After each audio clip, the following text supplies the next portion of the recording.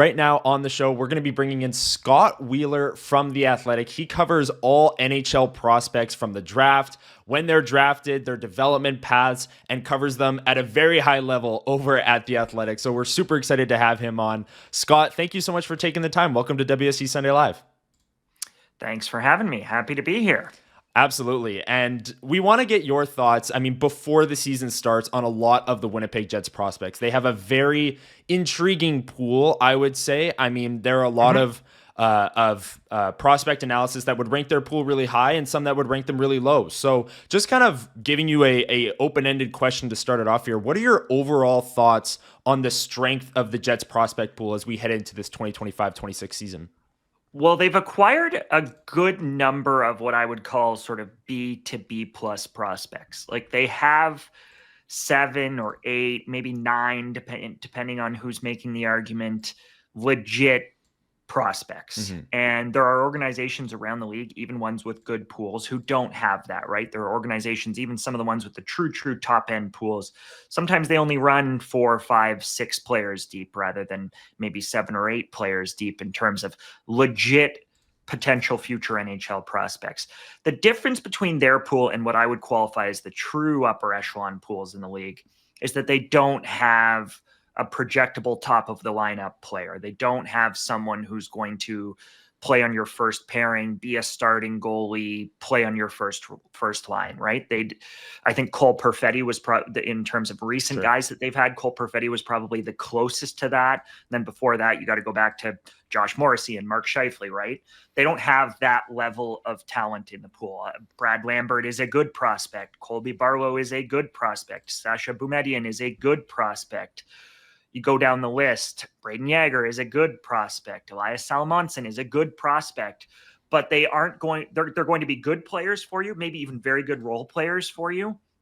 Middle 6 guys, maybe in Boumediene or Salomonsson's case, you're hoping they can become sort of a number 3, number 4 for you, but are probably more safely a number 5 or a number 6 for you. Those are important players. Like a 4 or 5 defenseman makes $5 million in the NHL nowadays, Mm-hmm. right? So those players are still valuable. They will still help the Winnipeg Jets. They will still extend their window with this veteran group that they have, but they aren't going to be needle movers. When Scheifele's gone, when Hellebuyck eventually retires, they aren't going to be that level of player. They aren't going to be your true drivers. And I don't think, frankly, anyone would describe a Braden Yager or any of those players as having that kind of a ceiling. So that's sort of the missing piece of the puzzle. And that's a byproduct of not picking high, right? Like you typically get those guys in the top 10 at the draft, and they just haven't had those chances. Colby Barlow, I believe, was an 18th overall pick. Mm-hmm. Boumediene, obviously, last year was 28th. They just haven't had those sort of true upper echelon types. Obviously, in Rutger McGroarty, they had a player who was drafted near the top 10 and then swapped him for another player in Braden Yager who was drafted near the top 10. But even still, those aren't, I wouldn't qualify those as A prospects. Yeah, I agree. And I was just about to say that I do think that the one, the byproduct of maybe having a bunch of B plus prospects is picking late. And last year you brought it up with Boumediene, 28th overall. We'll talk about him a little bit later on. I agree with your assessment of the Jets prospect pool. I think where Jets fans might disagree is in Elias Salomonsson's case, and that's where I want to start. I think Jets fans are very, very high on him becoming, potentially a top 4 defenseman one day, or a Dylan Samberg-esque defenseman, as we saw this past year for the Winnipeg Jets. Making the pro leap last year from Sweden to North America, he played his first full season with the Manitoba Moose, and by all accounts, had a great year. What are your expectations going forward for Elias Salomonsson, and would you agree that he's maybe the one guy in the prospect pool that pushes that a little bit, or do you see maybe someone else in the pool as the top prospect in the Jets pool? No, Elias would be my top prospect. I think it's him and then a cluster of whether it's Yager or Boumediene. Those tiers, I would say that Colby Barlow, unless he adds a little bit more pace to the skating, is probably maybe a cut below those guys. Brad Lambert is just a wild card. I don't know. I don't think anybody really knows what to make of Brad Lambert or what he's going to become. So I think at the top, it's some combination of Boumediene and Yager behind Salomonsson for me.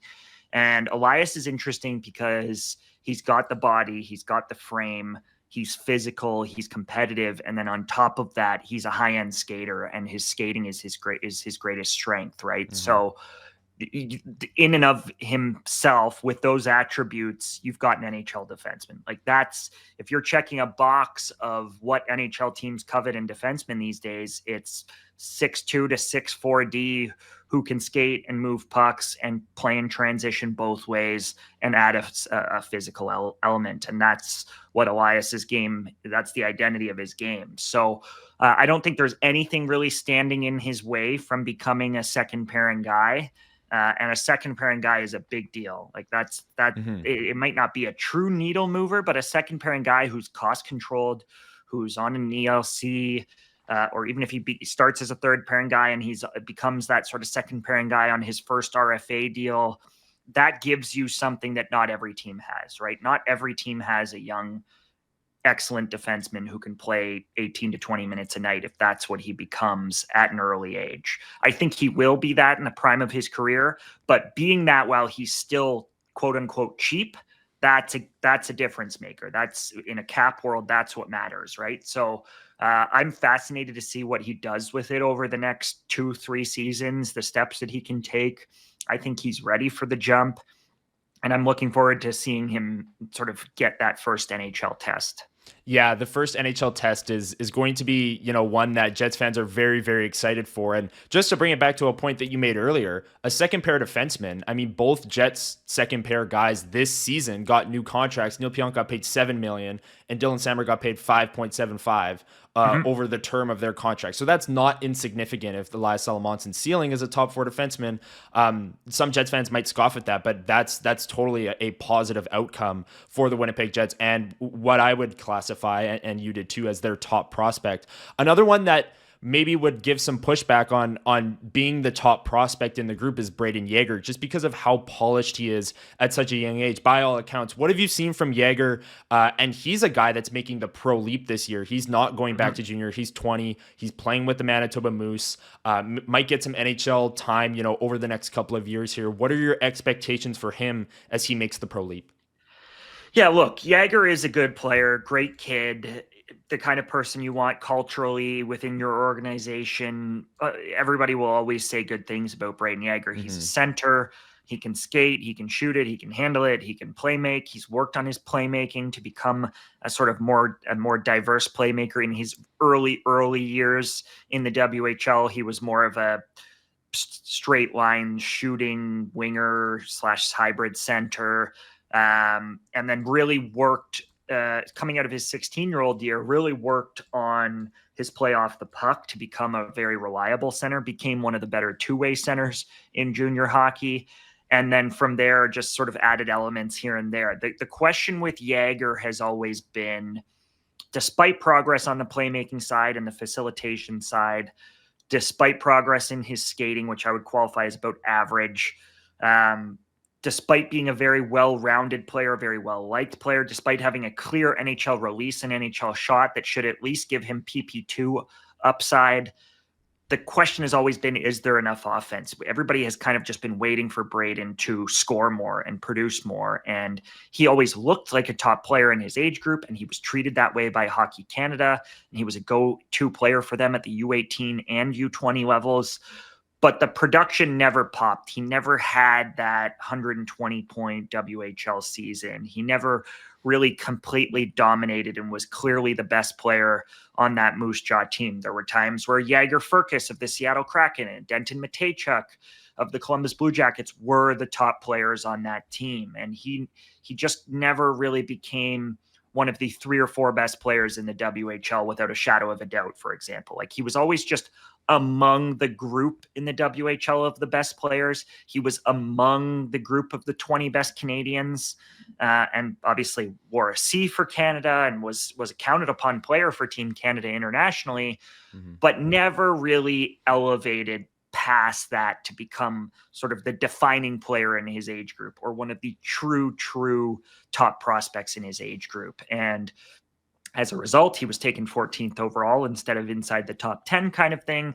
And now it's just, okay, what's the ultimate upside? Like, is he just going to be a 20 to 25 goal guy, 45 point guy, or can he be a legit annual 50 to 60 point player who's a second line center for you all day long? That's kind of the question. Is he going to be a middle six guy, or is he going to be a top six guy? And I think there are people who have reservations, and fair reservations, about whether they can be sure that he's a top six guy. Yeah, I'm with you on that with Braden Yager, and I'm fascinated to see what he can do this season, making that pro leap, as I said, and on a Moose team that, should be a lot better than they were last year, at least with some of the AHL veterans that they brought in, surrounding him with some talent, I think can really help him this season. One player where offense is not the question, and really it's the rest of his game that's the question, is Colby Barlow. You brought him up earlier, needs to add a little bit more pace to his game. We actually spoke to Barlow at the beginning of training camp, and he spoke about how he cut a lot of weight this summer, and he's feeling faster and more explosive. Do you think that can help him as he also, alongside Braden Yager, makes the pro leap with the Manitoba Moose and looks to carry some of that offense into the pro game in the AHL? For sure. Look, Colby got off to a slow start last year. He would tell you that. They switched coaching staffs and sort of moved on from Steve O'Rourke, and under a new coach in Brad Malone, who's now quickly made the jump from the OHL level with the Oshawa Generals to the AHL level with the Pittsburgh Penguins organization. Under a new coach in the second 2/3 of the season, he really started to put it all together. We saw the Colby Barlow, who'd scored 40 goals as a 17-year-old, and who'd been one of the most consistent goal-scoring players, goal-scoring wingers in particular, in the OHL over the previous 2 seasons to last year, and then obviously last year in a third season, especially in the second half. I was at most of their playoff games in Oshawa last season, and there were nights where his line really dominated. Him and Callum Ritchie and Noah Powell, they took over games. They looked bigger and stronger and heavier than everybody else. There were nights where he was generating 8 to 10 shots on goal, and he just looked like a top player. Now, there were also nights, even in that playoff run, where he just looked like he didn't have it that night. He looked like he didn't have enough pace. When he doesn't play with enough pace, he can get himself into trouble. He can get caught by sort of trailing forwards. He can sort of put himself in bad spots, shoot into shin pads, overshoot it. He's an imperfect player. He's a very competitive kid. He works hard. He'll go get pucks. He's been a captain in the OHL, obviously, prior to Oshawa, I know, in Sound. He's been like a very, very consistent player in the OHL. The question has always just been the skating. The skating is below average. I don't think he's a poor skater. I don't think it's a major issue, but the skating will need to come if he wants to be more than just a bottom six secondary scorer at the pro level. So if he's cut some weight and he's focused on that this season, that's fascinating to me, because I think that can be big for him. He's always been a very big kid. Like, I remember his CHL top prospects game. They had him sitting next to Brent Seabrook, who was a coach on that team.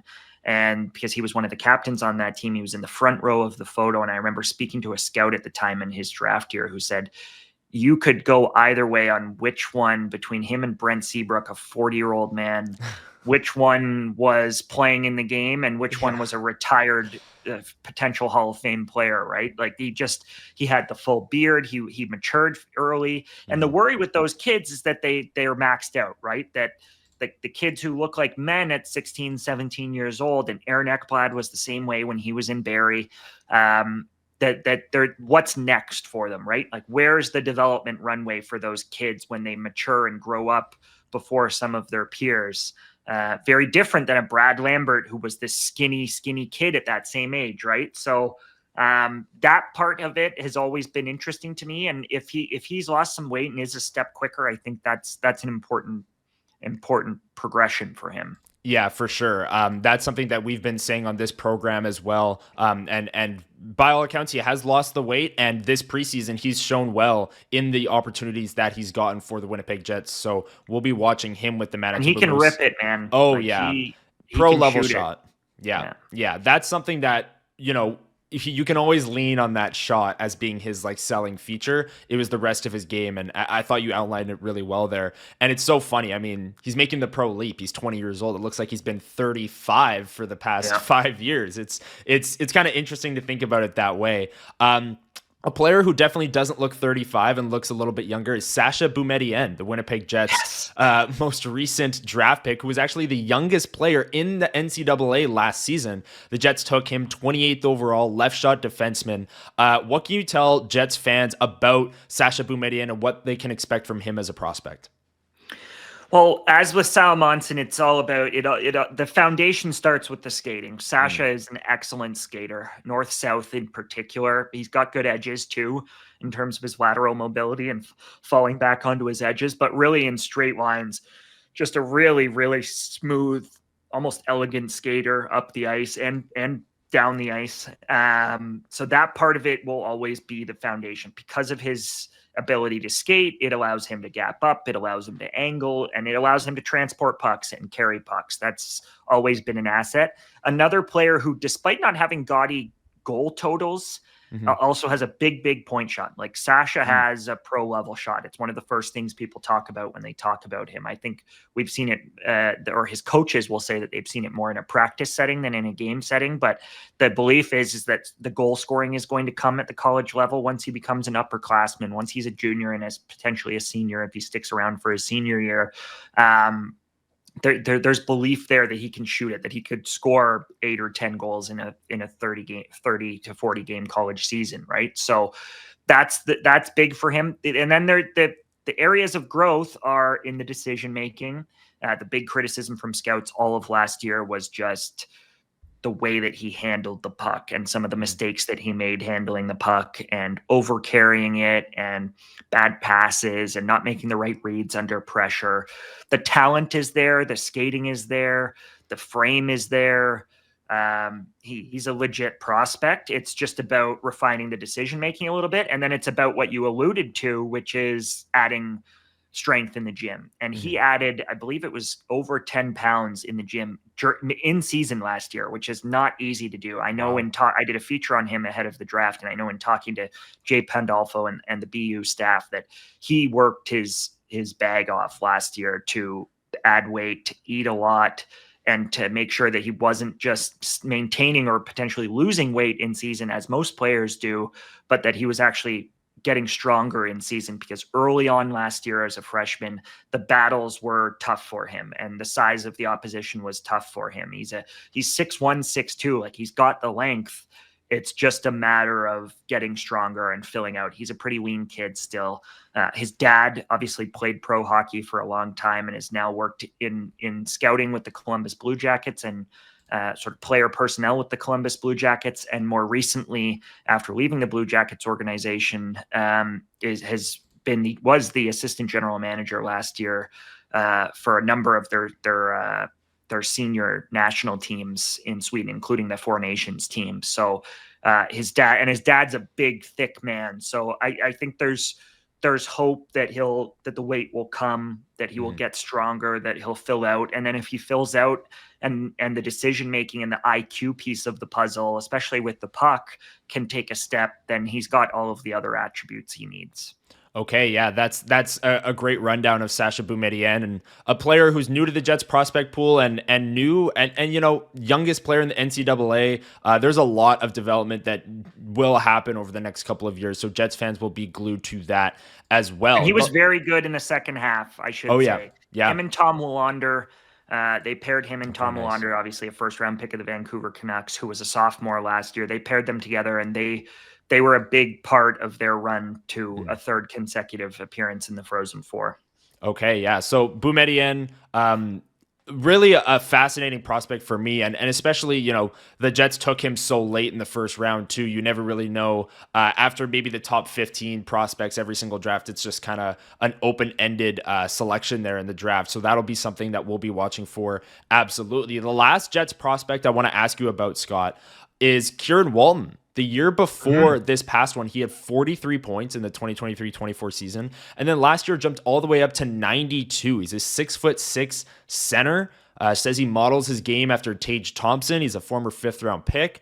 Do you think that maybe this massive jump in production was a bit fluky? And what do you think, he can do this season to follow that up as he's going back to Sudbury? This new CBA doesn't quite let him be the 19-year-old that would be with the Manitoba Moose this year. If I could predict that, I think the Jets would choose that. But going back to Sudbury this year, what do you think's in for Kieran Walton coming off that massive year last year? Yeah, big year last year, and that was after he cooled off, frankly, a little bit late in the season. Like, there was a time about midway through the season where it looked like he was going to be a 100-point player in that league, and obviously settled in the 90s and was a very, very good player for that Sudbury team. Will be again this season. Should be one of the 10 best forwards in that league this year. I would expect maybe 10 or 15 best forwards in that league this year. The big thing with Kieran is that he has always been able to move, and he has always been able to handle and shoot the puck. And it was more about, okay, can he become a power forward type? And that's never really been his DNA. Like, he'll stand up for his teammates and finish his checks, but he's not Tom Wilson. He's not Milan Lucic either, right? Like, he doesn't have that meanness to his game. He's not a super sort of hulking presence, despite how tall he is. He's a bit of a lankier kid, but he's a good athlete, and he can skate, and he can make plays, and he can handle the puck in tight. And I saw him toe drag a few defensemen and rip a wrister for some pretty goals last year when I watched him live, and obviously on tape as well. And because he's an OHL kid, he's a player that I saw a good amount last year. And I was really impressed with the season that he had and the way that he elevated. And I think he joined that group with Lambert, with Salomonsson, with Yager, with Barlow. You go down the list now with Boumediene, Chibrakov. Like that's their core group now. And there were some other players who had positive years for them. Kevin He had a really positive year in Niagara and should have another strong year in Niagara, coming off of a good rookie tournament a year ago. He plays fast, man, too. Like, he's another kid who can skate. So there were some positives from that draft. I know they didn't have in 2024, they didn't have a 1st-round pick, and their first pick of that draft was actually Alphonse Frey, who should be a part of the World Junior team this year and is a good player in his own right, though I'm not sure what he is as an NHLer. But they had some positive developments from that class with he and with Walton as late round guys. So full credit to the Jets scouting staff on those two, because even if he or Walton just become good AHL players for them, or maybe a call-up option somewhere down the line, that's good value in, I believe, the 4th round for he and the 5th or 6th round for Walton, right? So yeah, lots to be excited about. And at the end of the day, to quote the former Leafs head coach Mike Babcock, he's 6'5", 6'6" every time he touches the ice, and that's not going to change. That is not going to change, absolutely. And Kevin He, you talked about him a little bit. He's got a little bit of Brandon Tanev in his game, at least that's what I'm seeing. He's just fast, fearless in the corners. And then last year he added a bit of offense too, so that was a positive development. And yeah, I like how you touched on Alphonse Frey, the Jets' first pick in their 2024 class, and then Walton and he, both from the same class and both late picks. So again, lots of upside with Kieran Walton, the guy who's 6'6", has that combination of skill, and going back to Sudbury this season.